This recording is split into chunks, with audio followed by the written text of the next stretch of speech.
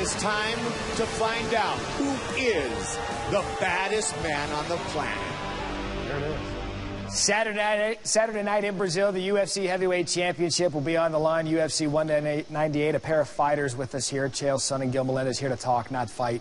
Gilbert, we'll start with you. What makes Werdum such a dangerous fighter? Well, Werdum is known as a dangerous submission fighter, but now he's a well-rounded mixed martial artist known as one of the most dangerous strikers in the heavyweight division. Training with Rafael Cordeiro is one of the best striking coaches, MMA coaches out there. You'll see Werdum against Travis Brown, a tough striker, taunt him, take out the inside leg, and then follow with the straight right and a big left kick to the head. Now, that's pretty tough for a heavyweight to do. Here he is again, going to the inside kick, right uppercut, and pouncing on his opponent. You can see the power in his hand. This is the Super Samoan Mark Hunt, one of the best strikers in the heavyweight division. Now, Werdum is also tactical, faking low for a shot, but jumping so high to catch the chin with the knee against Mark Hunt and pouncing for the finish. And against the UFC champion, former UFC champion, Cain Velasquez standing toe-to-toe, forcing him to take a double leg, almost luring him in to a guillotine choke, slapping that in tight and submitting him. Now, Werdum is a well-rounded mixed martial artist, and I think that's going to make the difference against Miocic, and that's why I think he's going to win that fight. And I'll tell you, Matt, I can't disagree with anything Gilbert just said. However, Miocic is the right guy for this job. He's got a little bit better boxing, in my opinion.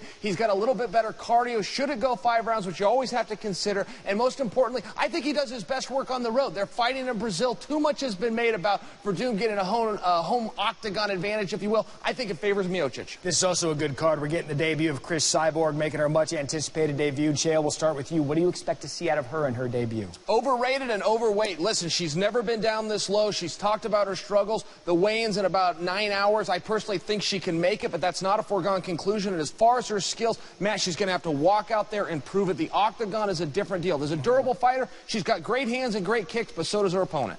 Well, Cyborg is a tough opponent, and she's someone I've been a big fan of a long time. Her cutting an extra 5 pounds to make 140 from 145 is going to be a problem. And she's fighting one of my teammates, Leslie Smith, so I'm biased here. Now, Leslie Smith is also a tough, durable fighter, and if anyone is going to step up, it's her. She's going to show a lot of courage and a lot of heart, so it's going to be very interesting to see this matchup. I just want to talk about Silva real quick before we get you out of here. Anderson Silva's supposed to be on this card. He was scratched because of a surgery. Quickly on his future, Anderson Silva. Listen, he has never missed a fight before. Again, too much is made out of this. He had gallbladder surgery. He needed this to be done. It was spur of the moment. Not only will he be back, Matt, I believe he'll be back against the same opponent in Uriah Hall, and I think it's going to be UFC 200. I agree. I think it's a small bump in the road. He'll recover quick, and he wants to fight in Brazil, and he will fight in Brazil. All right, looking forward to this one. UFC 198 in Brazil. You guys lost that fight not being in Brazil for it.